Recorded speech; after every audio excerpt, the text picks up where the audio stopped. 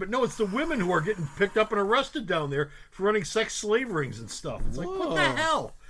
You know, I think the actress would talk them into it. The one who played Chloe did it. Yeah, but there's also a story saying that's not true. That's not true. It was somebody else with the same name. No, oh, really? They showed her face up there big time. They showed it, but someone had posted on Facebook that it wasn't really her. I think they lied on that one. If it's not good, I hope not. And she does not give out interviews no more. Why? She hasn't done anything since she left the show. Well, she's been doing that. Aside from that, yeah. Aside from that, she's done nothing. What the hell happened to the Smallville I guess that's taking up all of her time.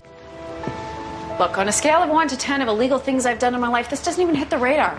Okay, that didn't exactly come out right. After the last few days, it'd be a blessing to be shot to death. That's the Chicago way. Oh, you should put that speech on tape. Hello, Chicago. Hello. Hello. Hello. Got a drink to that? Welcome to Alternate Reality.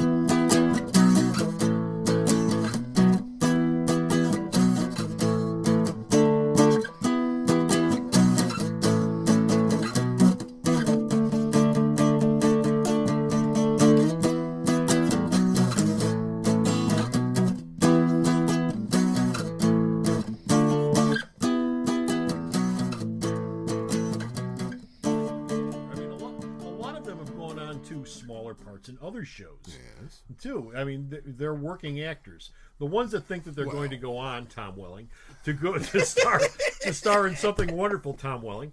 Tom Welling's in Lucifer. He is, and he also directed. How many years has it been since Smallville went off the air? And he finally got himself a regular guest starring gig on a show. after his own pilot went down in flames. He was sort of like George Reeves. He got cast in some other show, or in some other movie or something, and they cut his role down to so much that he's hardly in it at all. The Fog, the remake of The Fog. Oh yeah, the remake of The Fog. He wasn't. Yeah. Oh, he's supposedly he's in it, but he's not. Yeah, that was supposed. You got to look close to see him. That was supposed to be his trip of getting out of the CW because he wanted to get out of that real bad. Well, yeah, because he became typecast as this goody two shoes guy, and he had to basically say, I need to do something darker so people will go, hey, I can do dark stuff. Now, the problem with Tom Welling, is he has a limited range. He's always had a limited range. I watch him on Lucifer. It's one of the shows we watch him. And yeah, he's not playing Clark Kent. No. He's playing a tougher version of Clark Kent. Oh, not the red kryptonite Clark Kent, which was way over the top. He's playing a more mature, grizzled, tougher version of Clark Kent, but he's still playing Clark Kent. I can't imagine Tom Welling being grizzled. You haven't watched the show, do you? I watch it barely. He's playing Cain, as in Cain and Abel. Oh, okay. And he's been cursed with never being able to die. Oh. You can shoot him in the head. Yeah. He'll go down. Yeah. His head will repair itself. Yeah. And then he'll get back up and everything will be fine again until you shoot him in the head again. He's Captain Jack Harkness. Well, he can't. Does he go, well, he goes back to life? Actually, yeah. They had one scene where him and Lucifer were fighting when they first met because his attitude was, if I get you, Lucifer, to kill me because you, being the Lord of Hell, could probably do it since you're special. Another human can't. Yeah. But you can kill me. Yeah. So they get in a fight. And Lucifer, he punches him and he rolls off at the top of the balcony and he lands back first into Iron Rod Gate, with spikes sticking up. They shoot right through his back, up out of his chest, and he's dead. Lucifer walks down the stairs. He mixes himself a drink. He walks up to him. His eyes pop back open, and he goes, "Could you help me out of this now?" And so they got to pry him up and out of the spikes. Oh. But it hurts as much as you would think it would hurt. But he can't die, and it magically heals itself because it's a curse God put on him. The Immortal Hulk.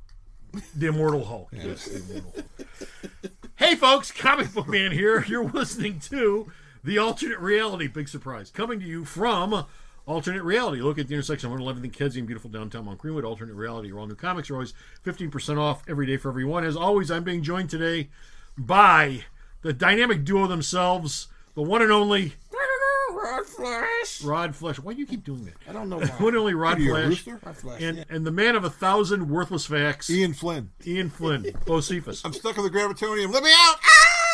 And we are here to stick both of them in gravitonium. We are here to talk That's the hell of an episode. Conventions. Conventions. As we do this, C2E2 is almost done here in Chicago. One more day? I have been there. Rod's been there. I'm going. Bo hasn't gone. He's going tomorrow, but he's been to more conventions. I've been to a lot more. And some of you have probably had hot meals at this point in your life. Yeah. But we're going to be talking about conventions for this whole episode. Bigger, though. We're going to talk about convention memories. We're going to be talking about the number of cons that are out there, and we're going to be, I guess, doing some comparison and contrasting between some cons too. Yeah, and something weird. Walker Stalker Con's going on this weekend too, right? This is a big weekend. You have Walker Stalker going on. You have the Pulp and Paper Convention going on this weekend, and there's C2E2. C2E2 and the Black Women's Expo is actually the same place. It's the same place. I know. Well, that's not that big a surprise. I mean, McCormick Place is a big place. They always have another convention of some sort going on while C2E2's on. I'm sure they book multiple conventions on a regular basis. Well, when Wizard World's here, they have a diamond convention or some kind of jewelry convention always going on at the same time too. Yeah. So, but I think there's another fan thing of some sort going on this weekend too. There's a Riverdale Con coming up too. That's coming up, but that's not this weekend. Oh boy! So I mean, there's a lot of cons. There's a lot of cons going on this weekend. Plus, today was Magic Open House across the country. Magic the Gathering does an open house for each release that comes out. Today just happened to be the day they do Magic Open House. We only had a handful of people show up for today's release, primarily because everybody's at these other cons. I paid for my ticket. I gotta go. Damn it. Well, they're at C2E2 or they're at Walker Stalker. Yeah. Brad, who usually does the Magic games here, he wasn't going to give up Walker Stalker to do this, but Magic Open House is something that Wizards of the Coast schedules, so he had someone else come in and run that. So he's going Keith Dombrowski. He came in and he ran. So he's going Magic or a chance to meet Jeffrey Dean Morgan. Yeah. Magic or meeting Jeffrey Dean Morgan. I'm picking Jeffrey Dean Morgan. Yeah. But anyway, this is sort of a convention season this week. It's here in Chicago. And I don't know. Why don't we start this off with, we've all been to a lot of cons. Bo, what do you expect when you go to a con? What is it that you're looking for? Swag, baby! Swag! Freebies. Freebies. I never understood that about you. You actually do this. I get upset when I'm You rate cons based on how much free crap they give you. If I don't get any free crap, I'm very upset. It doesn't matter who the guests are. It doesn't matter what they do. It doesn't matter how good the prices are at the table. If, at entrance, he doesn't get a lot of free crap, he automatically marks that con as being bad. Here's the way this works. Okay. Before the age of the internet, when you went to a con... Yes. That's where you got your news. You had to go to the con to get the news. Right. Now, you don't have to go to the con to get the news. So you were bitching about swag 30 years ago. Swag. I got that swag, man. I got that stuff. I didn't get enough free movie posters. Promo stuff, something. Give me something. Man. Posters, something. Give me something. But here's what I never understood about that. Essentially, what you're getting is a pile of garbage. I mean, most of the swag that they give away now or going all the way back, it's usually garbage. It could be good stuff. But it's still good. It never has been. Well, it's still good. You got a free poster for a movie that hardly opened up and nobody saw. Who cares? Wait a minute. I still got that Birds of Prey poster. Well, congratulations. Gee, you ought to put that on eBay. Maybe you can flip it for $2. Yeah, $2. Hey, I know the woman $2 that played, and $7 shipping. Barbara Gordon in that. Oh, see, okay, see. Dina Meyer, yes. Yeah, Dina Meyer. So you're looking for swag. Well, anything else? I don't have this big deal about meeting comic creators. Every comic creator I've ever met at a con has always been nice. They've always been friendly. And I used to go for movie posters and movie scripts. You can't get those at cons anymore. So I'm like, okay, so what's really the point in me going? Who was it that would go around with the scripts? You would go to Pick's Poster Seller, which is in Massachusetts. Yeah, they were in New England. Yeah, he couldn't get stuff anymore, and so he wasn't able to get scripts anymore. Now, if I want to get a script, I got to go to Drew's Scriptorama and just download the damn thing. And there's a couple of poster websites out there, but I haven't bought movie posters in years, and I haven't bought any scripts in years. Wait a minute, I downloaded a PDF of J.J. Abrams' Superman script, so I had that. Okay, so you missed the scripts. Yeah. Well, you miss physically, tangibly being able to get scripts. Yeah. Holding them in your hand and being able to buy looking through them, going through them, talking to people, and going, hey, look at this, look at this. Yeah, because you would get European stuff. I mean, I got a Japanese Pulp Fiction poster, which I thought was pretty cool. And that was part of the fun of it. But, since they're not there, it's just walk around, see what's going on, shake hands, schmooze, and sit and relax. But I'm at the point now where cons don't mean much to me anymore. That's because you're old and jaded like I am. Well, like I said, you went to cons to get all your news. I get the news on my phone. I don't need to go. And he's holding his phone up now so the folks at home can see it. And because everyone is doing the same thing. They're listening to the show on their phone. God. I mean, I remember years ago, it was after San Diego. When we first moved over to the new building.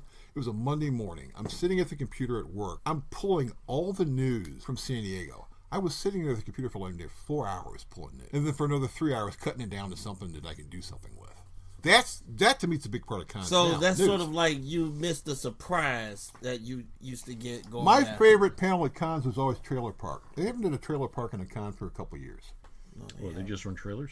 Yeah, and they would talk about the trailers. I remember those. Yeah, those are kind of cool. And also, when people go to panels now, you're either going for the news or you're going to sit and relax and drink water, because that was the only place you can get free stuff, like water. Well, conventions are still the place where the companies will break news stories. Now, between conventions, obviously, there's still news that comes out, but usually they'll hold big stories, if they can, until a convention, and they'll break them there.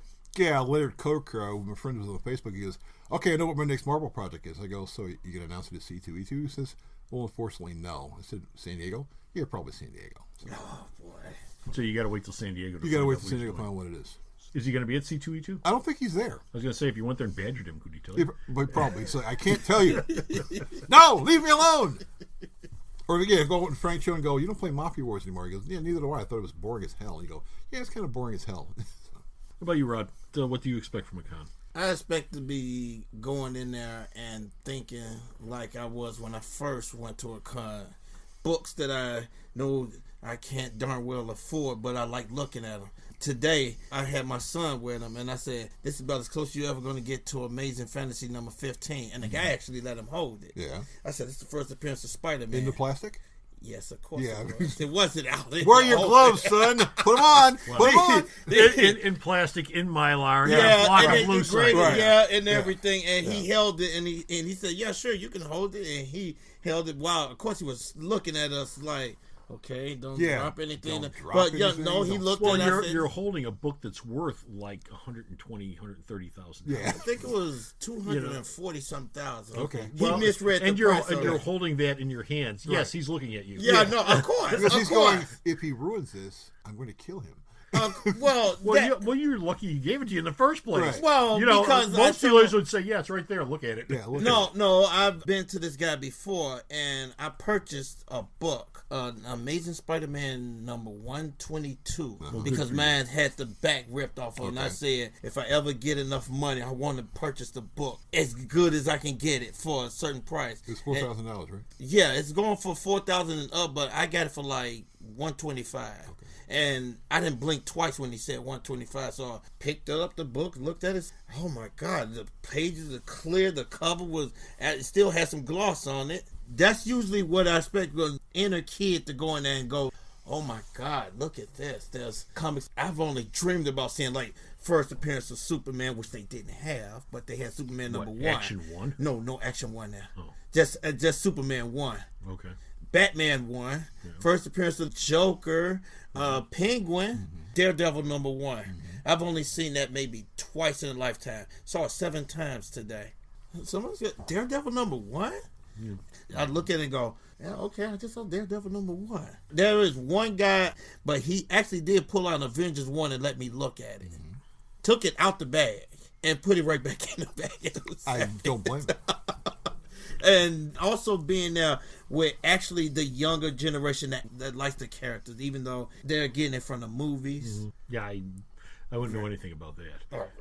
They're getting it from the movies. I wouldn't know anything about that. But no, I've never seen that at the store or at home. On a daily basis. But they go in there, and now this thing with Black Panther, which has surpassed Titanic as the highest grossing American movie of all.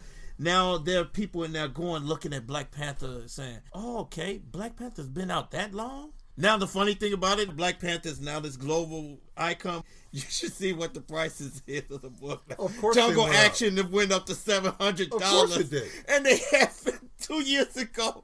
They had 5 copies of Jungle Action in a $5 bin. Hey, lightning struck. Hey, no. As I've said before, this is my 40th anniversary in retailing. I remember there were stories in '78 when I first started. There were many stories in the fan press about how Giant Size X-Men number 1 and Giant Size X-Men number 2 and Uncanny X-Men number 94, the first couple of appearances, initially they didn't sell worth a damn. A lot of those wound up in dollar boxes at the time, or quarter boxes. Wasn't that because the book was canceled? Now, very quickly, they picked up a head of steam, and those all got pulled out of those boxes. I couldn't tell you the year, but I seem to remember that Giant Size X-Men 1 came out in the spring, I think, 76? Of 75? Probably 75. 75. And then Uncanny 94 didn't come out until like the fall, I think. Yeah, it came out much later. much later. It wasn't like boom, boom. Yeah. It was spring, and then we'll get this next one out sometime in the fall. Right. And the book was bi-monthly. X-Men were bi-monthly when it first came out. So then it was like every other month the book would come out once 94 came out. And it took a while for X-Men to pick up some steam, and a lot of them wound up in quarter boxes initially. Oh, my God. That only lasted a couple of months, but there were stories about it. Yeah, I found a giant size 1 in a quarter box. What? People, and then all of a sudden you walk in the store and go, why are they all gone? Because people came in and bought them. Okay, let me pull these out of this box. Now we're talking then the difference between 1976 to 1978. So it was pretty quick. Man, that's once that thing caught fire, it caught. And now you can pretty much send your kid to college off of those 2 books. But you were talking about you go to the cons, Rod, to see old comics that you can't normally see. Right. Any other thing you expect from a con? Swag. No. You know what? I look at that as too much stuff to carry. If I'm going to walk in there with, let's say, my paycheck to buy some books or something, that's all I want to carry out with me. As the swag, it comes and it goes. Like you said, today, you can find out anything in a matter of seconds. But back then, when you go to the con, you'll sit there to go, oh, by the way, we have this panel that's going to tell you about upcoming news on that. This panel is closed out. There's no more room in this panel for you to sit. Oh, I did the Image panel. When they first broke up and they became quote-unquote Magnificent Seven, I went to that panel. And I'm sitting up there going, why are they treating these guys like rock stars and everything? Because they were. Because at the time they were rock stars. Comic rock stars. And they kept comic rock stars. Well, it was a combination of they were comic rock stars and they acted like rock stars. Well, yeah. And to a certain extent, if you actually manage to get that mystique around you, you can get a hold of that mystique and then keep it spinning for a while, which is what they did. Right. And the con pimped the fact that they were all there together at one time, hanging out. The Image 7. Yeah. Well, I think one of the best times I did was I actually talked to Stan Lee for a couple of minutes. And I told my son, I said, that's the guy who co-created Spider-Man and Fantastic Four. Oh, you never said that. You said created. No, I said co-created. Really? All the way back then? You said co-created. Well, God bless you. I said co-created. Okay. Did you say that to Stan? Thank you for co-creating. Right. No, I said thank you for doing Spider-Man and everything. He told me the whole story. Thank you for contributing to Spider-Man. Thank you for helping out. Look, he gets enough stuff piled on him, but the guy did do Spider-Man, and basically he made him one of the most eminent characters in literature. Okay, I don't want to get into a whole story right. of Spider-Man, what he did think. We're talking about conventions here. Actually, I'm going to take a break, and when we come back, we're going to talk about the 2 conventions here in Chicago, which happen every year, which this may be the last year for one of them, if it even happens. But we're going to talk about the 2 conventions here in Chicago each year, and which one we think is better. And that'll be right after this. Hey folks, Comic Book Man here. Most people don't know this, but I got my start in comics retail on February 20th, 1978, when I became the store manager of the Comic Book Emporium. 16 years later, I opened Alternate Reality on August 20th, 1994. Like Superman's penchant for double L's, it seems the 20th has always been an important part of my life. I respect that heritage, which is why we have a Founders Day sale on the 20th of each month here at the store. Every 20th, stop by and you'll save 20% off all of your purchases all day long, only at Alternate Reality. And we're back. We have 2 cons here in Chicago, C2E2, which, as we've said, is going on right now and is getting ready to wrap up, and Wizard World. Yeah. Wizard World's history, and I just want to get into this briefly, Wizard World was originally the Chicago Comic Book Convention. Yeah. Or the Chicago Comic Con. Chicago Con. Wizard World bought the name back 2004? It was in the 2000s. 3? Yeah. And this was after... They bought it from Larry Charest. This was after the big fight between, Larry Charest and Gary Colombano and a couple other owners. But this was right after the big fight between the San Diego Con and the Chicago Con, the fight over who owned the name Comic-Con. Because San Diego was laying claim to it. Chicago, I think, had actually first rights to it. Because they were the ones that came up with the name. But San Diego grabbed it, was the bigger con, and ran with it, and said, it's ours, because we're bigger. We're bigger, it's ours. We're 4 days, and you're only 2. So Wizard World traces its roots back to the Chicago Comic-Con, which was the big convention here in Chicago for decades. It started off at Americana Congress, which became the Pitt Congress. And then they moved out to Rosemont at the Ramada.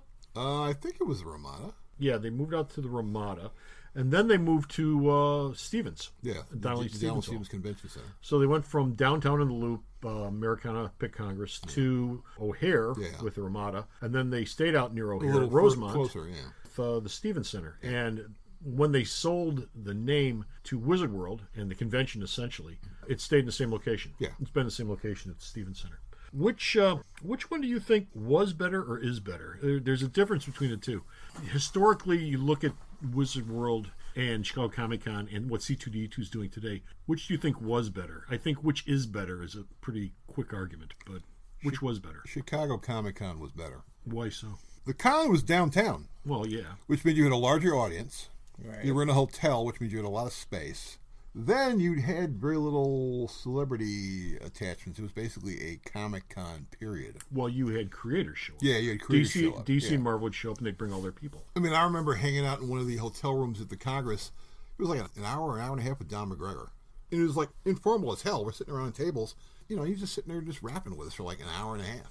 Just rapping. He was just rapping. That is so 70s. Don McGregor was that kind of guy. He was hip. He was cool. Yeah, apparently so are you. Well, hey. So are you, dude. Hey, man, what's up? Wizard World was fine until it became a not comic convention. Yes, I know. And now it's basically a celebrity autograph wrestling convention.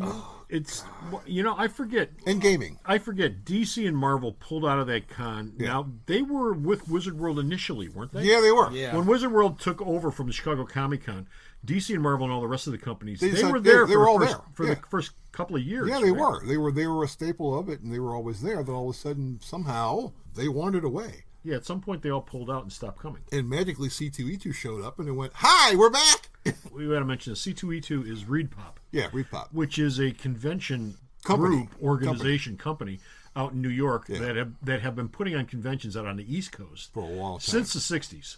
Yeah, the New York Con was going on, and that's where the comic people were at. And he said, "Why don't we expand into Chicago?" Nowhere else. They haven't expanded anywhere else. Well, ReedPop does comic book conventions. They also do manga conventions. They also do gaming conventions. They did the UFC con for a while. UFC con. They do a variety of conventions. Yeah. It's not just comic book conventions, and it's not just C2E2. No.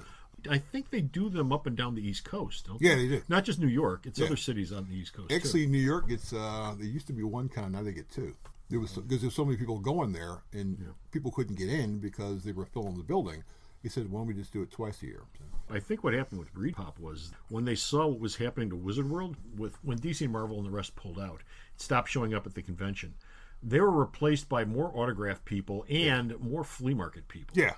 Oh, yes. Beanie Babies and everything you could think of. It wasn't just that. It was also the fact that the stuff that they were selling that looked like something that they found in the basement. Yeah, it was a lot of flea market crap. And I'm looking at, there was this guy who had a Millennium Falcon, but he had pieces missing from it. And he was charging $125 for the darn thing. Well, the thing you got to remember about that con or any con is any dealer it wants to buy a space, they get a space. Can get a space. Yeah.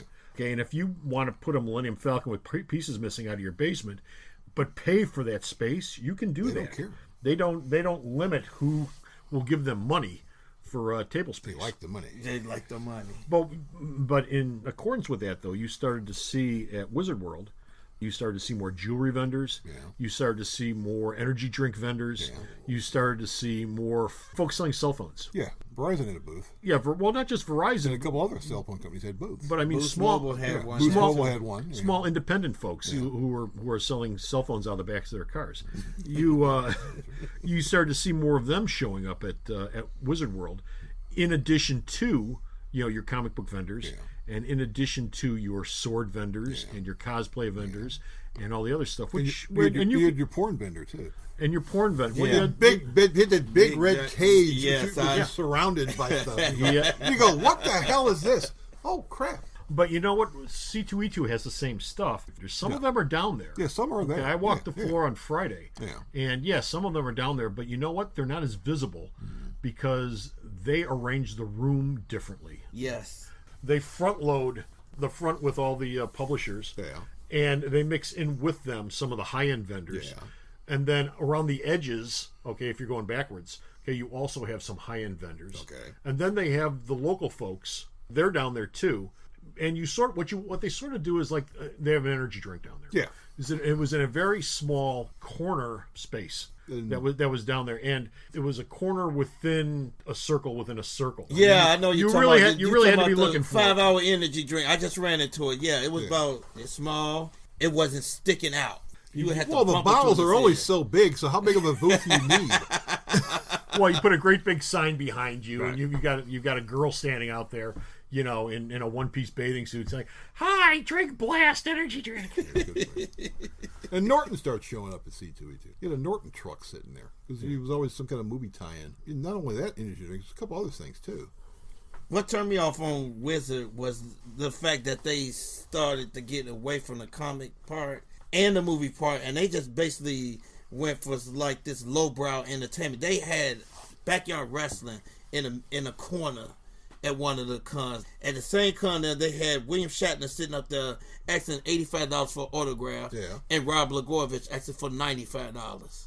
But Blagojevich was getting up from the seat, and he was signing autographs for free. And I said, somebody tell this dummy that he's supposed to be sitting at the table. He's a publicity hound. What do you well, think I know, doing? but it was a lesson in ignorance to watch how they basically pissed off Marvel and DC to the point where if you walked into the Wizard Con, you would sit up there and go, this doesn't look like a con to I me. don't know if they pissed them off as much as they probably raised their rates to the point where they decided not to come. It wasn't I seem to remember, wasn't one year It wasn't worth DC their time wasn't to there. send people here. DC wasn't there, but Marvel was, or Marvel was there and DC was. It was, Yeah, yeah. One of the two, one year, one of the two showed up, and then the following year, nobody showed up. Yeah, it was like, it's not worth our money to send these people to Chicago for this convention for what they were asking for. I think the last time Marvel was there, they basically just had a sign that said Marvel, and they had guys passing out flyers. That was it, yeah. And it's like, oh, They do you said guys no have a creators panel? there No, at all. No. No. And Well, that was it. It's not just Marvel. It's Dark Horse, Yeah. it's Image, it's IDW, it's all the larger publishers. Yeah. What you do wind up seeing at Wizard World, if you look for it, is you'll see a lot of smaller publishers down there with booth tables, talking about their company. But, you're talking about folks like Lionforge Comics, they would have a table, or something like Xenoscope might have a table. And Xenoscope might even be bigger than that, I think, at this point. But yeah, you'd find a lot of your small press indie. Yeah, you'd find some of them showing up there. But that would be it. That would be, and it's not like they had any panels or anything. No. Well, what are they going to announce? Well, these are all the variant covers they're going to do for this book this month. Oh. But the book doesn't come out, but we got the variants. Hey, out. covers are here. Wizard still does panels. They do a lot of panels at their conventions. It's mostly entertainment tie-ins. And autograph sessions and packages and stuff like that. I seem to remember they do like Marvel and DC panels, though, don't they? No. I thought that they... No. Now the companies don't show up, but I think that they still do Not panels. anymore. But they do have Virgil there. I do give them credit for that. Virgil's at every freaking convention. Virgil will show up anywhere. He's for at $1. every convention. He's like Lou Ferrigno. Virgil, Lou Ferrigno, Sam J. Jones, and Wilma Deering from Buck Rogers. Yeah, and Gil Who's still Gerard. hot to this day. And Gil Gerard.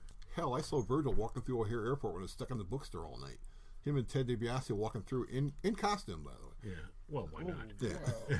Well, they just came from somewhere, and I guess they didn't feel like changing. right. I'd like to get a chicken sandwich. Virgil, pay the woman. Pay the man. Is that all you want is a chicken sandwich? You want fries? Want fries with it? Let me see. Fries! How much are... Whatever. So, Rodney, you think that C2E2 is better than Wizard World? Yes. Yes. I don't want to put words in your mouth. Light years better. For one thing, the room's brighter. Well, what's interesting about that, C2E2's first year was in the black box at McCormick Place. It was a small and that spot. was like going in a dungeon. Yeah. And that building has windows up across the top near the ceiling. Yeah. right. But going up to that point, it's a blockhouse. Right. So it gets illumination, but you can't look directly out the window. No, I know. No, you can look out at Lake Michigan. You can do that. Right, but the rest of it was all, Yeah, but to his credit, the guy that was running C2 at the time, he was out there greeting people and was telling them, we know we have mistakes, but we're going to, as best as we can, to rectify, and we're going to make it better next year. Which he actually did. The first time is, they came up with the concept of a shuttle. Yes. They've got at least 3 shuttles down there. Yeah. There's a great big sign up that they did. Yeah. Okay, it says Shuttle 3 board here. Or Shuttle 3 arrives here, or whatever it is. So they've got at least 3 of those shuttles set up in, I would assume, 3 different locations. And those buses are comfortable as hell. Yeah, and so you're downtown. You just go, okay, where do I pick up the shuttle? And they tell you where to pick up the shuttle on the website, and you get the shuttle. It would, so if you're downtown, well, I don't feel like driving. I'll just take the shuttle bus. It's usually a It's Michigan free. and Madison. They say point blank. Line Yeah, it's up free. right there. You get on. They take you to the convention. You get off. You leave. You go out. The bus is right there. And that really does work, because when I came out of the retailers meeting 2 hours later, around, it started at 8, so 10 o'clock in the morning, I'm walking past that entrance again, and a bus had just pulled up, and there must have been 40, 45 people coming out of that bus, filing in, to the convention. That's the good thing that C2 did. Well, they do really good marketing. I mean, they were advertising it on buses, trains, all over the place. They're still doing it to this still day. do it. Yeah, they still do. They still do. I usually take the red line to work, and there's a sign of, well, right now it's got Superman on there, and it says C2, April 6th through the 8th, at McCormick Place, and it says the address and everything, and it has the website on there. Something that Wizard never did. No. Yeah, when I catch the train at Madison and Wabash, the sign says, these are the guests who are here. Dave Bautista's coming. Wow, Dave Bautista's coming? Yeah, I actually saw the pictures of it. I was like, boy, C2 is doing something good with that. Yeah. So you're up for C2E2. Oh, definitely. And Bo, you're up for C2E2. Yeah, C2E2. Definitely. Okay. We're going to take a break, and when we come back, we're going to talk about San Diego and WonderCon. Located at the intersection of 111th and Kedzie in the heart of beautiful downtown Mount Greenwood, Alternate Reality is the only brick-and-mortar store that discounts all new comics 15% off every day for everyone, and that's been since 1994. And all brand new first issues are discounted at 25% off every new comic Wednesday. So stop on down and save some money. And we're back. Okay, we've got C2E2, which you talked about. Yeah. San Diego, which we sort of touched on. Yeah. Wizard World, which we talked about. Yeah. And WonderCon. I'll be honest with you, I've never been to any of these other cons, San Diego or WonderCon. You want to talk about the differences between them, though? Okay. WonderCon is like the first West Coast convention. It's also very small. WonderCon was like last weekend. Yeah. You know who showed up last weekend? Who? DC and DC only. Okay. The other companies weren't there. Well, Oh, no. DC had a couple of panels. Marvel had one panel, and Image had nothing because Image has Image Expo. So they're like, "What the heck we need to do cons for? We've got our own We've got our own con. It's one day, but it's a con." So WonderCon's like it's like a local con. San Diego, of course, is a big kahuna. It's 4 days. It's usually sold out a year in advance. Yeah, a year in advance. You can't get a hotel room. Tickets are costing you this much money. Every one of their brothers shows up. You can walk around in costumes if you're a celebrity, and no one knows you're there. Remember, Walter White walked around as Walter White, and no one knew it was him. And I think John Barrowman he does the same thing. Barrowman walks around in costume, and people don't know who the hell he is. Well, I think he's somebody cosplaying. Yeah, I think it's somebody cosplaying. And I think Affleck, walked around Henry Cavill walked around in last year's San Diego Con in a costume. Right. And then he walked up and scared the crap out of Ben Affleck. Hi, I'm here. What? Yeah, that's the big kahuna. San Diego's the big con. Everybody goes to that con. Yeah. Movies, comics, everything. TV, it's all there. That's the one other con I want to go to. Just once. I really don't know if I want to go to that one for the reason... It'd be ridiculously crowded? Well, for one thing, the crowds getting to the point where you literally have to start doing the elbow dance, which is okay for C2 because they all follow this line like ants for some strange reason. If I turn one way, 20 others are going to go that way because they think I made a space. He knows where he's going. Yeah, he knows where he's going. Let's go that way. Well, San Diego Con, it's almost like bumper cars at San Diego Con. Well, you have the same problem at C2E2 as well, and at Wizard World. Yeah. You'll get people who will stop in the middle of an aisle, and everything will stop. Okay, you got an aisle, and traffic is going both directions, and somebody will stop, and one of the two directions stops too, and everybody behind them tries to find a way to get around them. It's best when that happens at an intersection between two aisles because everybody gets jammed. You can make a cut. I saw that today. My son actually did that. Yeah, there was a guy yesterday. I was walking through C2E2. He's using a walker. Okay. And he's walking along, and he sees somebody come up on the other side of the aisle, and he stops his walker, and he goes, "Hey, how you doing?" And the other guy, he stops, says, "Hey, how you doing?" And right in the middle there, he's got a walker, so he actually has something to block the aisle with. He's standing there with his walker, and the other guy's standing next to him. They're right in the middle of the aisle, and there's no room on the one side with the guy with the walker to get around. So and you don't want to go, so everybody guy with a walker, get the hell out of the way. So because he's standing right up against the table. Yeah. And so everybody in both directions is trying to go around the side of the other guy. And that happens all the time. He's like, not people with walkers, why people but keep running into me? People stopping and deciding to have long conversations in the middle of aisles. Or baby carriages. Or baby carriages. Baby carriages the same way, yeah. Well, if somebody's pushing a baby carriage and they stop to look at a table, but while they're stopped, the carriage is in the aisle, and everybody's got to work their way around it. You don't want to go, move your baby. Move your baby. Your baby's blocking the watch. Get your baby out of my aisle. So, San Diego, they're not the only ones that have problems with that. We have that here, too. No. You'll find the same thing at Wizard World also.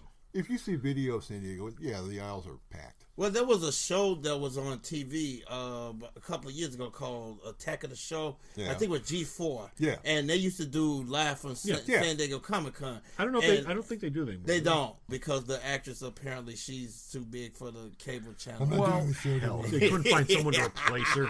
They couldn't for some reason. I can guarantee you that there's a legion of nerd girls out there. Well, she was a hot nerd girl.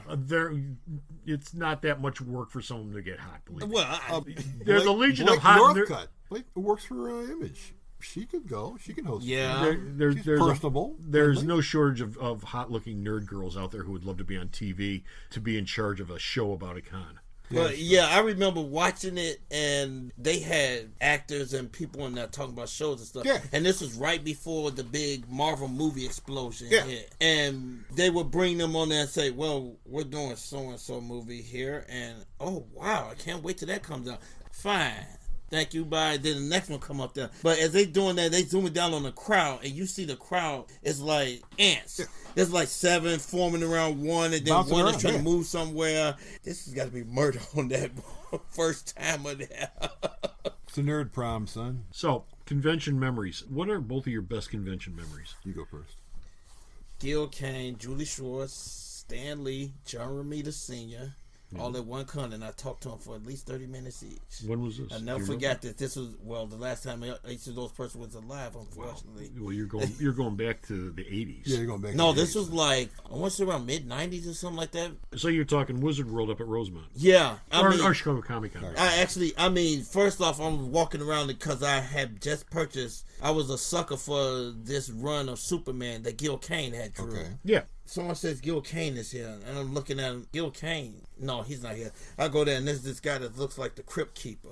That's Gil Kane. Yeah, that's Gil Kane. Yeah. I talked to Gil Kane. Julie Schwartz was telling dirty jokes, which I loved. Julie Schwartz told a lot of dirty jokes. He was telling dirty jokes all day. I was sitting there thinking, hey, are you allowed to say that? You know how old I am. I'm strong. Julie Schwartz. He said whatever the hell he wanted to. He's And around the offices for Christ's sake. Julie Schwartz got in a lot of trouble later in life. After he died, people started talking about the Me Too movement now. Yeah. If it was 20 years earlier, Julie Schwartz probably would have would been have on been the front fired. page of New York Times.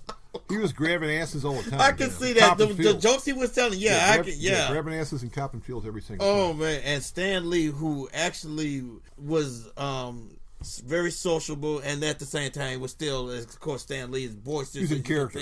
Yeah, he does the character. Yeah. He can turn it on, turn it off like that. character. And I was like, this guy's good. It was one of the best memories I had going to the con. I think I just took my son there when he was a youngster there.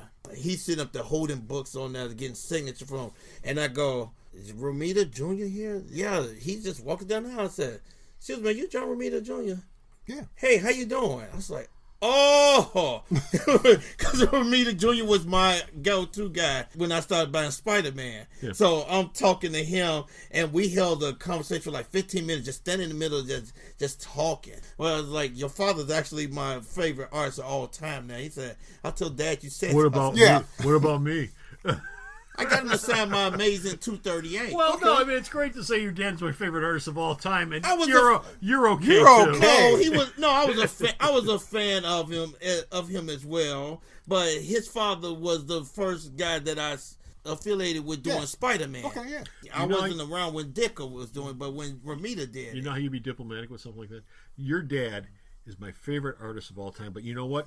For today, for what's coming out right now, you're my favorite artist of all time. And what's great about both of you is your styles are almost completely different from each other, but they complement each other wonderfully. And I can tell that you are a nut that did not fall far from the tree when it comes to artistic talent. Then that's bullshit. Now, that's a lot of BS, right? And that's exactly what that is, but that's how you cover that, because what you don't want to say is, your dad is great, and yeah, you're okay. And that's what you don't want to say. Probably his head going, I know he's lying to me. Yeah, but you know what? It's nice to hear. Yeah, it's nice to hear. It's nice to hear. It's nice to hear. I think he was doing X-Men at the time. Okay. And I go out and put out Amazing 238, and he looks at it, he says, "You have this book?" I said, "Yeah, I bought it at the supermarket." Yeah. He's telling this guy, he said, "You see this book right here? You know how much this book is going for?" He knows. Yeah, when I gave it back to him inside. It was the first appearance of the Hobgoblin. It was going for like $75 at the time. So he signed it. He shook my hand. He talked a few minutes more. And it was just that whole day of actually meeting people that you actually grew up reading on that. And the best part was they weren't wooshheads. And they were actually impressionable and actually took time out to talk to her. Except for one person. Who? And I'm going to name him too. Who? Straczynski. The one who did Prime for Malibu. Oh, I can't remember his first name, but yeah. I forgot his first name, but I never forgot him because I asked him a question about Len Straczynski. Len Straczynski. Yeah, I asked him a question about it, and he looked at you like, why are you asking me questions? Len Straczynski is a Chicago native. Yeah, he is. He's from here. He teaches at, or he taught, I don't know if he still does, he taught at Columbia. Yeah, he did. And he also did that run on JSA when JSA came back from being in exile after Crisis. Yeah. He did that very first run. That was the one. That was the run where they're at a baseball game. Clark and Lois are at some sort of baseball game, and JSA flood out onto the field because they're fighting some bad guys. And I think it's Sandman collapses, and one of the JSAs runs over to Sandman, and he yells, "Someone get a doctor! Sandman's had a stroke!" It's like funny. Whoa! You're reading this. Oh my God! Sandman had a stroke. Not Sandman. Well, they're all old. Yeah, Wesley Dodds. Okay. Yeah, Wesley Dodds. They're old. They're all from the 1940s. This came out in the early 90s. So they were all the characters were done at the right age. So they're all in their 60s and 70s. You know, running around in costume, punching bad guys in the face. But Len's from Chicago here, so you know, expect him to be nice to the local people. Rodney, what's your phone number again? Jack you up. 568. He's still alive. Yeah. Empire. What about you? What's your favorite convention memory? Dick Giordano. Why Dick Giordano? When Michael Keaton was cast as Batman, everyone freaked out. Oh my God, he's terrible. He's a comedian. How can he possibly play Batman? So. This is when they were when Wizard World, when the convention first moved out to the Ramada. I'm walking with a friend of mine, and we're walking in Giordano. He was editor-in-chief at DC at the time. And we're walking down the aisle, and we go, "Hey, Dick, you know, Michael Keaton?" And he goes, "You could be pretty good at it." And we're talking, and we stood there and we talked for a little bit. That was at the same convention where I met Dan Jurgens, who's one of the nicest men on the face of this earth. Yes, he is. He had just started doing comics. He's sitting out there with Greg Potter, who did Jim, Son of Saturn. They're not even inside the convention. They're outside the door. That's where they had him. Well, they had Jack Kirby around the corner of the same spot. They're outside. Was he doing Booster Gold? Yeah. It was the first stuff he'd ever done. And he was just nice and friendly and sociable and nice. Dennis Cowan, a couple years out of the same convention, I said, "Hey, Dennis, how you doing?" He goes, "Wait a minute. You're not fawning and going, 'Oh my God, it's Dennis Cowan!' Thank you for being a regular guy." And we're like, "Well, yeah, why wouldn't we be? You're just an artist, dude. We're cool." And then Michael Davis walked up and goes, "Hey, we're in there sitting there all with Channing." They expected when they were out there at the convention, the bar was right there. So when the convention's over, you walk up and go, "Hey, look, here's Lynn Wein and Marv Wolfman sitting over here getting a drink," and you're just sitting there hanging out with them, and they go, "You want a drink?" Buying drinks and stuff, good stuff. Okay. Or even Rob Liefeld, who actually, even though he had a bad reputation at the point, he went out of his way to be nice. Let me tell you something about Rob Liefeld.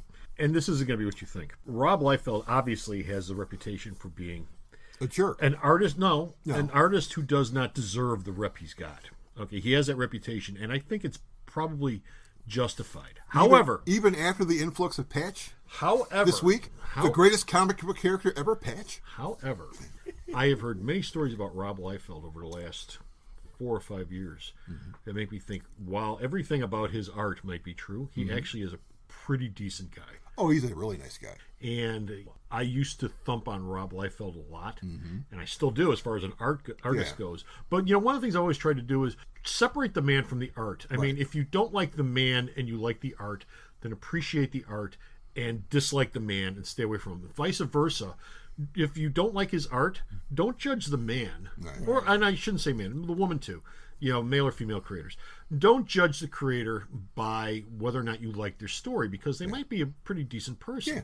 One of the nicest people that I've always heard at conventions years and years and years ago was Murphy Anderson. A lot of people didn't like his art style. He definitely was a creature of the 60s. I always liked Murphy Anderson, but I had a chance to talk to him once for about 15 minutes. Really a nice guy. Yeah. Really just a nice guy. And he appreciated the fact that somebody actually wanted to stop and talk to him, because that was at the point in the late 70s where he was starting to be forgotten by people. And he appreciated the fact that somebody would talk to him. So, I mean, Rob Liefeld, I wish he would clean up his act as far as his art goes. Oh, that's never going to happen. His art's his art. I wish it would, because I really want to like his art, and I just can't, because it is what it is. Yeah. But Rob Liefeld's a decent guy from everything I've seen. Well, yeah, I mean, this was Heroes Reborn. Remember Heroes Reborn? Yeah. They basically said this is what it is. That was a mess. It was a big, huge thing, and there were a whole bunch of people surrounding the table he was at, and all I wanted was a poster. I didn't want I didn't want an autograph. I didn't want to sign anything. And the security guy goes, "Sir, you can't walk up." And Rob looks at me and goes, "What do you need, man?" I said, "Just want a poster." "Oh, okay, here, cool, here you go." I'm like, "Well, you could have just been a jerk and said, 'Hey, listen to the guard.'" You're like, "You want a poster?" Cool. And then I walked around the corner, and Bendis was there, and I talked to Bendis for like 10 minutes. That's not to say that there aren't jerks at cons. Ethan Ben Skyber? And let's not. Everyone knows he's a jerk at a con. It's not exactly a secret. Yeah, but you know what? They're fewer and farther between than most people think. His art is so darn good, it gives me nightmares. Yeah, but then again, you hear stories of him at the convention acting like a total jerk. But again, and you have to separate it. Divorce the work from the man. Right, I could do that with him. And with him, you literally have to. I can. Kelly Sue McConaughey is very polarizing. Yeah, but Kelly Sue McConaughey's work is damn good. Yeah. But she's very polarizing also because of her views, and she doesn't have a problem mixing it up with people.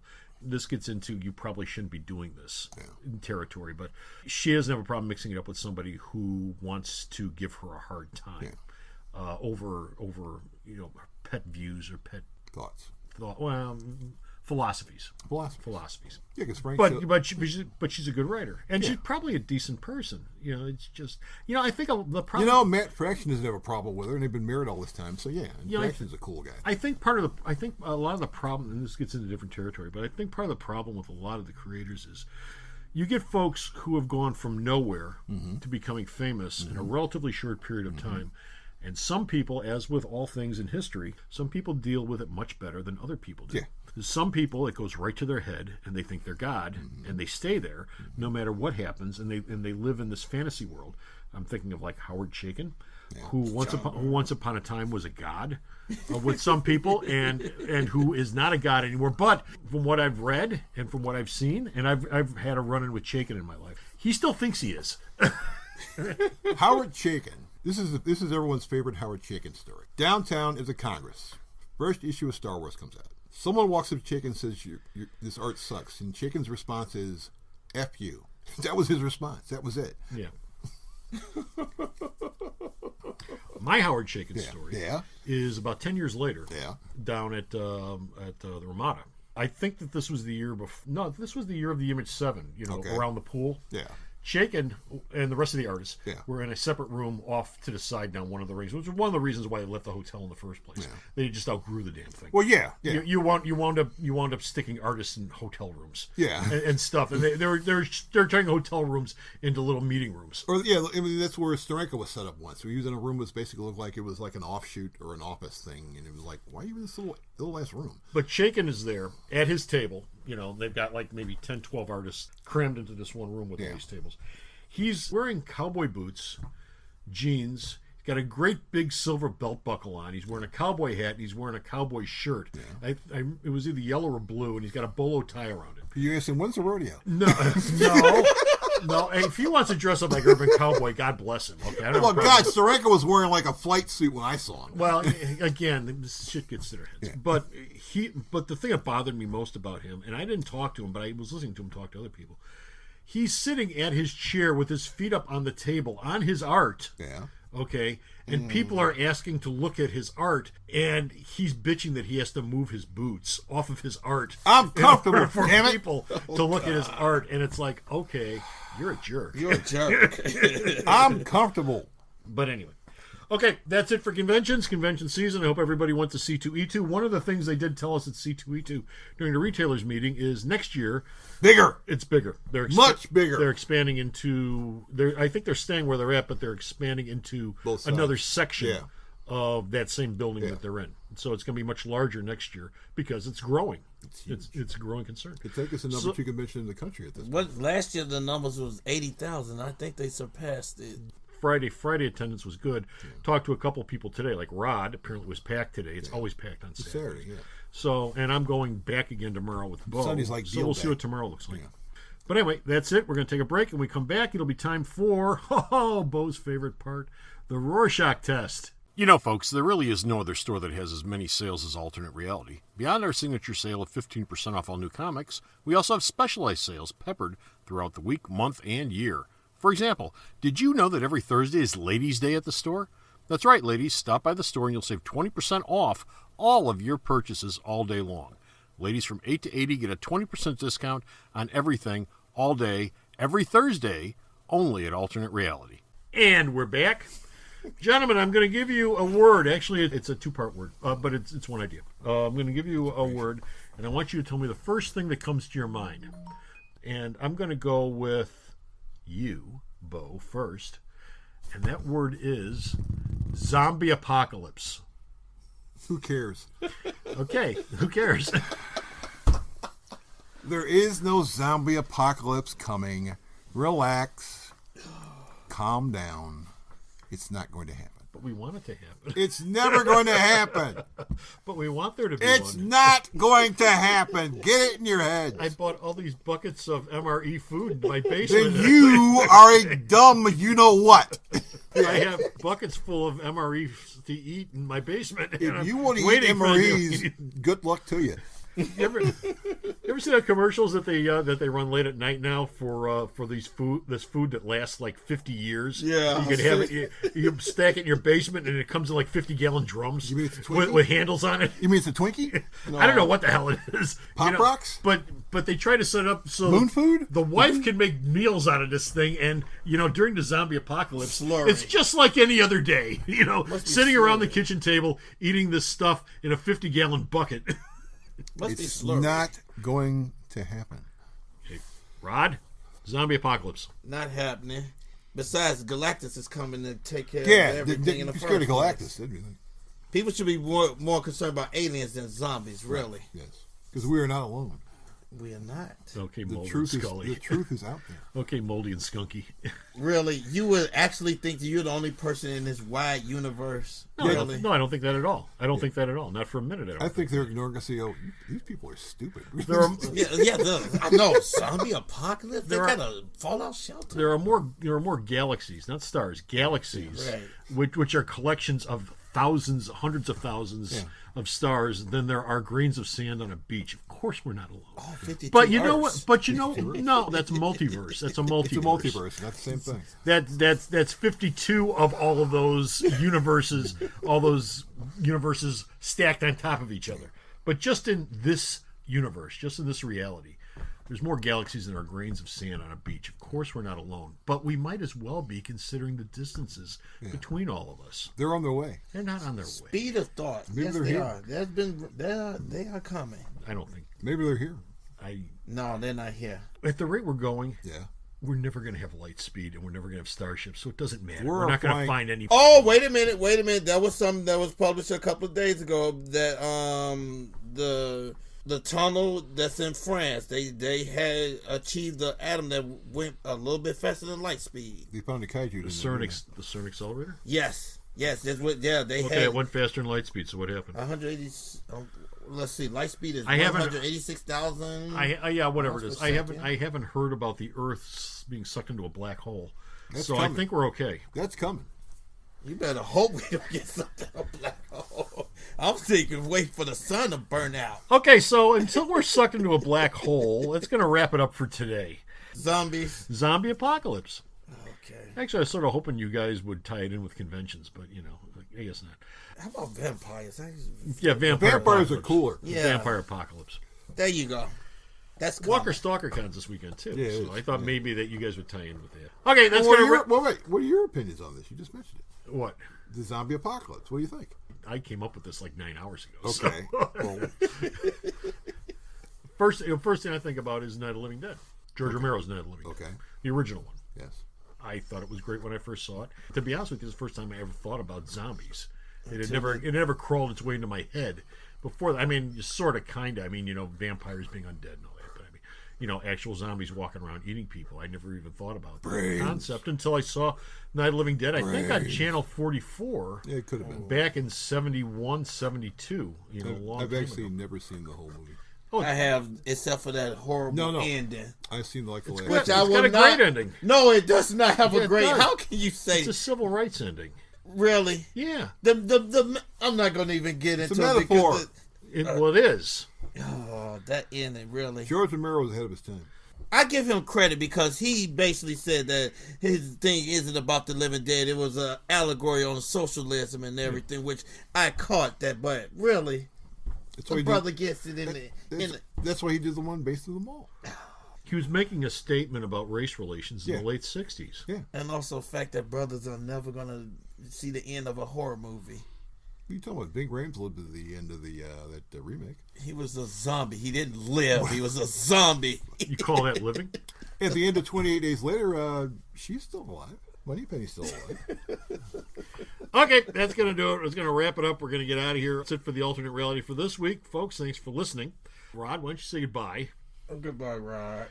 Bo. So long, boys and girls. And there is no zombie apocalypse coming. So and let me remind you before we get out of here, be sure to stop off at Alternate Reality, where you can read all about the zombie apocalypse every day of the week via Walking Dead comics or Night of the Living Dead comics or any other of the mini zombie comics that have come out over the last couple of Zombie decades. Tramp.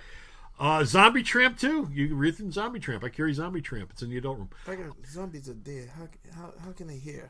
We're located at the intersection of 111th and Kedzie, beautiful downtown Mount Greenwood, and Alternate Reality is a place where all new comics are always 15% off every day for everyone, including Zombie Tramp, including Walking Dead, including any zombie-related comics. So until next time, this is Comic Book Man saying...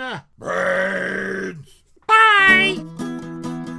Thanks a lot for listening. If you enjoyed this show, please like and share it with all your friends. We value your feedback, so drop us a question, comment, show idea, or complaint either at arcomics@msn.com or, if provided, in the comments section down below on this platform. The opinions expressed in this episode are solely those of the individuals and not necessarily those of Alternate Reality Incorporated. This show is, as always, coming to you from the Alternate Reality Comic Shop, located in the heart of beautiful downtown Mount Greenwood at the intersection of 111th and Kedzie, serving Chicago comics fandom since 1994. Elvis has left the building.